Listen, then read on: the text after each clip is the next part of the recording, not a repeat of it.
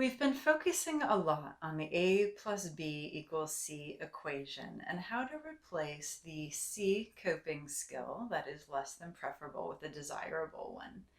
If you haven't been following this video series, I've linked the earlier videos in the show notes, and just for ease, I'll quickly review the equation for us here. A in the equation is the actionable experience that we experience in our life. B is the behavioral electrochemical response that happens in our mind and our body. Think of that as the cortisol or adrenaline shot, the tension, the reactivity that shows up. And C is the coping skill that we immediately gravitate towards because it's easy. So, food or alcohol or pot, sex, overworking, whatever it might be, the thing that's going to give our brain that dopamine dump. And we've been focusing on replacing the C, well, it's backwards, replacing the C with a different, more desirable behavior, whether that be taking a walk, moving into a state of grounded calm, even engaging CPR for the amygdala, and giving our little amygdala a break. So I'd like to shift our focus now to A, the activating event, and exploring more deeply why some activating events impact us more than others. Because we are pattern-based creatures, and as we've been discussing, 90% of this present moment is defined by our past. That's huge, and that's really, really important. Because what that means is that the information processing sequences in our brain are based on patterns from historical experiences. And in a moment of stress, reactivity, emotional dysregulation, in a moment where our amygdala, our fierce little protector, warrior mom back here, is hanging out and playing a role in how we're experiencing the world, our past is going to be very, very present in the current moment. 1986, 1993, 2009, our brain doesn't understand if we've had past experiences that feel like the one we're witnessing right now. It does not know that we're no longer stuck in those past years.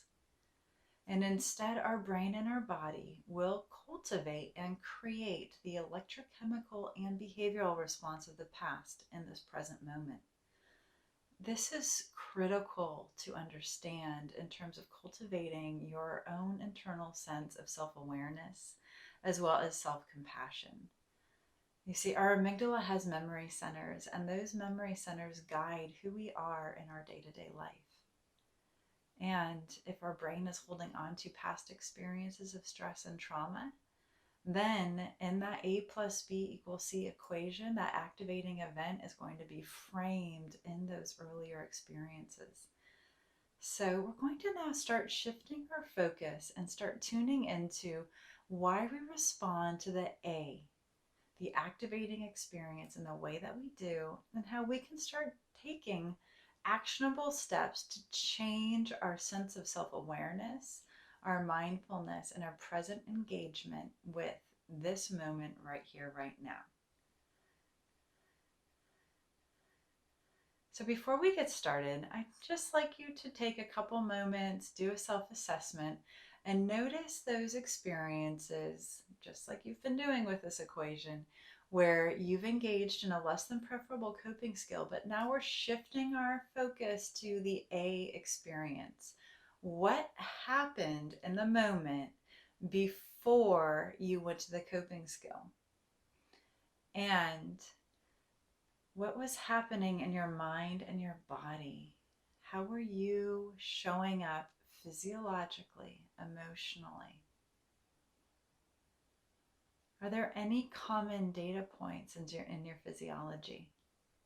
I've mentioned before that when I feel upset, I get a crackling in my chest. That's the warning flare of my amygdala that something's happening that I don't like. So notice, what is the flag in that A experience? And then secondary to that, take a moment and just do some reflection on, are there any consistent behavioral patterns that show up in those A moments?